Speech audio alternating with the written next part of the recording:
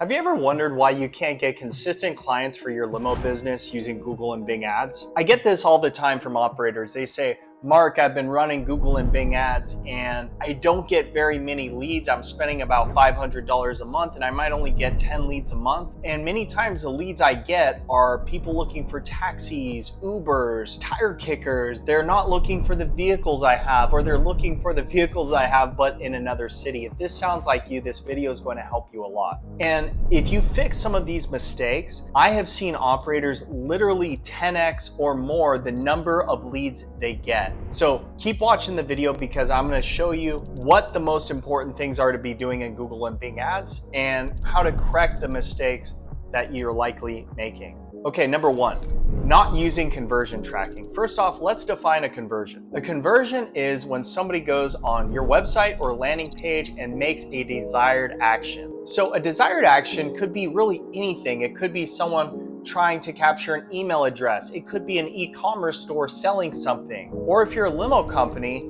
it's going to be someone calling you, someone initiating a live chat, someone filling out a quote form, or someone booking online. Those will all count as conversions. Obviously, an online booking is a much more valuable conversion. So why do we want to set up conversion tracking? Well, it's very simple actually. Once we set up conversion tracking, we're able to see which keywords are actually getting these conversions. The form leads, the phone calls, the live chats, the online bookings. If we can see which keyword is leading to the conversions, we can bid higher for those keywords, but more importantly, we can pause the keywords that aren't getting conversions. Because I've seen this all the time. I'll go into an account and it will have spent $10,000 over the last few months and I'll see 0 conversions. If you set up conversion tracking, you'll go in that account a week later and all of a sudden you notice some of the keywords might have 40, 50 clicks and 0 conversions, while other keywords might have 40 clicks and 15 conversions. So what if we pause those keywords that have a lot of clicks and no conversions? Well, what it does is it reallocates, gives that budget to the keywords that are performing well, the keywords that are converting. And that right there, just that one thing could literally triple, quadruple the number of leads and therefore bookings you get. Okay, number 2 is inadequate landing pages. So landing pages are really a force multiplier. So what do I mean by that? Well, it's something that you only have to change one time and then it keeps on performing week after week, month after month, year after year. So if you nail it the first time, it literally pays you for years to come. There's not really anything else like that in online marketing. That's why landing pages are really so important, might even be more important than conversion tracking. Okay, so how do I get a good landing page? What are the components of a good landing page? And more importantly, what is a landing page? Well, a landing page is any page someone lands on after clicking an ad, but in our agency and what I like to see our clients do is using landing pages instead of sending traffic to a website. What you want to do is you want to make sure the person landing on the page sees exactly what they're searching for. So what I mean by this is, let's pretend someone is a business, right? Someone with a law firm, and they're going on to your website and the first thing they see is a picture of a bachelorette party, people in a party bus. Sure, they might assume, well, this is a limo company. If they do this, they might have black car as well. But sometimes they're not going to do that. They're going to be like, this is not what I'm looking for, and then they leave and you've just wasted money on that click. What you want instead is you want photos that illustrate what someone is actually searching for. Wording is important as well, but photos are even more important because many times people go to a landing page and if you install special software that lets you see what people do when they're on the landing page like Hotjar, you'll find that people are really going up and down the page really quick. They're really not reading that much. They're mainly looking at photos and thinking, is this what I'm looking for? So that's the first things first. You want to make sure the images match the services that person is looking for. Number 2, and this is incredibly important as well, is You want it to be very, very easy for someone to take the action you want them to take. Meaning, if you want phone calls, well, when they land on your page on their mobile phone, if they can't find your phone number right away, if it's hard to see, if it's not clickable, all of these things will reduce the number of phone calls you get. If you want people to fill out your quote request form, well, maybe you should put that above the fold, meaning when someone lands on the page, they don't even have to scroll and they see that quote form. Let's say you'd prefer phone calls, but you also want to give people the option to fill out the form. Then in that case, have the phone number big and bold as soon as they land on the page, and then maybe further down the page you have the form. So if someone doesn't like calling in, they still have the option to fill out the form, but it does try to direct people to call. So by doing just those two things, matching the services and photos and illustrating what they're looking for on the page, so therefore having different pages for different service types, for black car, for stretch limos and party buses, for coaches, and then two, making sure it's very, very easy for them to find a quote request. Just those two things will easily double to triple the number of leads you get. For bonus, make sure you have reviews, especially if you have really good Google or Yelp reviews. You want to display that prominently. And what I typically recommend is don't actually link out to them. You don't want links to other pages on your landing page. You want them to stay on that page, because what do you want them to do? You want them to call you or fill out a form. You don't want to send them to a bunch of different pages, because what will happen is they go to the fleet page and then they get distracted and then you never get the lead. So have it just be one page. Make sure it matches the service they're looking for. It's easy to find your phone number, quote form, and that you have reviews. Those three things will easily triple the number of leads you get. Okay, this is a common one, ignoring match types. So match types are types of keywords. If you go into your Google Ads account and you look at your keywords, what you'll notice is, and I see this in a lot of accounts, a lot of the keywords, they don't have any quotes or the brackets around the keyword itself. And this is a mistake. If you don't have quotes or brackets around your keyword, it's essentially telling Google, show my ad to anyone who has anything to do with someone looking for any type of transportation. So let me give you an example. Let's say your keyword is airport car service, okay? But you don't have brackets or quotes around the airport car service. What's going to happen is someone searching for enterprise rent-a-car is going to see your ad.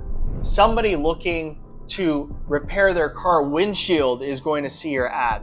Somebody looking for a taxi is going to see your ad. Someone looking for super shuttle or some sort of shared shuttle is going to see your ad, and you're going to either get a lot of irrelevant leads or just waste a lot of money on people that click on your ad, because many times they won't even look at the ad before they click on it, go to your page and then leave because it's not what they're looking for. So make sure with your match types you want to stick to phrase and exact match keywords.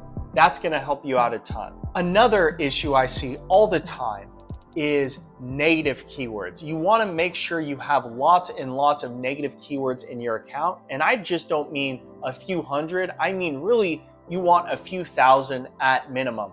So what is a negative keyword? Well, a negative keyword could be a word or phrase that's in your Google or Bing Ads account. When that word or phrase is present in someone's search query, it will not show your ad. Why is this important? Well, let's say you want to avoid tire kickers, and let's just pretend somebody searches cheap airport car service. But since you're super savvy and you watch my channel, you know that you need to have cheap, cheapest, low cost, low price, all as negative keywords, so that when that person searches cheap airport car service, they're clicking and bugging all of your competitors instead of on your ads, because they're not going to see your ad because you have the right negative keyword. Other types of negative keywords for this industry I like to see are any sort of tire kicker negative keyword. It can be any city that you do not service. And so you might say, well, Mark, I service nationwide. Well, I don't recommend, if you're an operator, let's say you're out of Fort Lauderdale and someone searches LAX car service, you don't want your ad to be shown to that person, right? Because you're in Fort Lauderdale. While you could likely get the ride covered and farm it out, you do not want to be spending your money on that. You want to just be spending money on covering the things you offer where you offer them. And so I recommend adding any city that you do not service. And you might be thinking, well, Mark, that's a lot of cities. Yeah, we have about 15,000 that we use for all of our clients' negative keyword lists. But I'm not saying you have to use that many. What I'd recommend doing is figure out the radius that you cover. For instance, if you're in Los Angeles and you go to San Diego, you go to Vegas, well, that might be a 150, 200 mile radius that you will cover. In any city outside of that radius, any major city, I would say the top 250 cities, make sure all of those city names are in your negative keywords.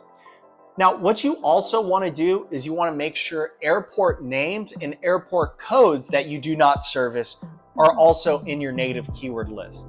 Because I see this all the time and it's unfortunate. I think Google knows better, but it's kind of the Google tax. If you don't do your homework and you don't spend the time building these negative keyword lists, you can end up wasting a ton of money on the wrong people searching and someone in another city. It could be someone looking for service at another airport, or it could even be people looking for taxis, Ubers.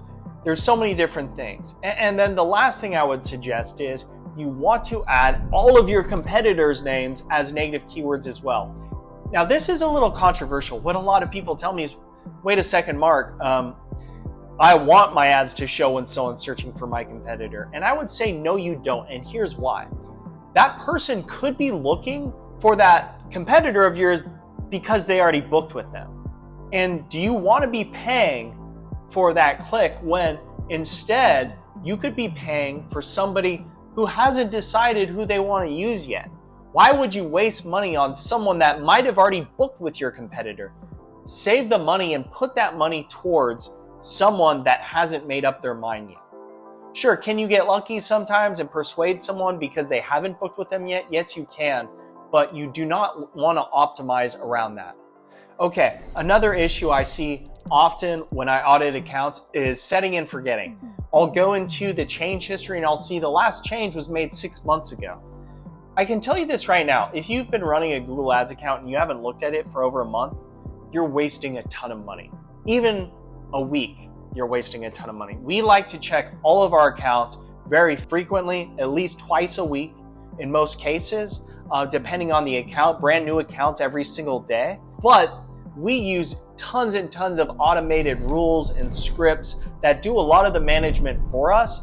But if you don't have these things, you really should be in your account almost daily, especially if you have a large budget, because it's so easy for a keyword to go off the rails.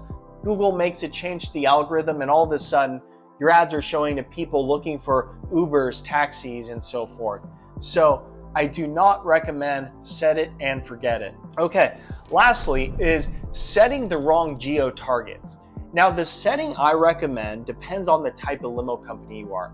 If you go into settings and locations, you're gonna notice there's a setting to target either presence or interest or just presence. Okay, for you black car operators out there, I always recommend presence or interest. What that means is it'll show your ads to anyone all over the world that's searching for the service you offer, right? So for instance, if someone's in New York and you have a keyword that says LAX car service, but you're not actually targeting New York, you don't need to. You could be targeting 50 miles around Los Angeles, but because you have the keyword LAX car service, they will still see your ad because you are using that setting, presence or interest. Now, if you do just stretch limos and party buses, the majority of your clients will be local companies. And so I recommend for those businesses, just try out the presence option. Now, here's the thing. If you find, Mark, I'm just not getting enough leads with that setting,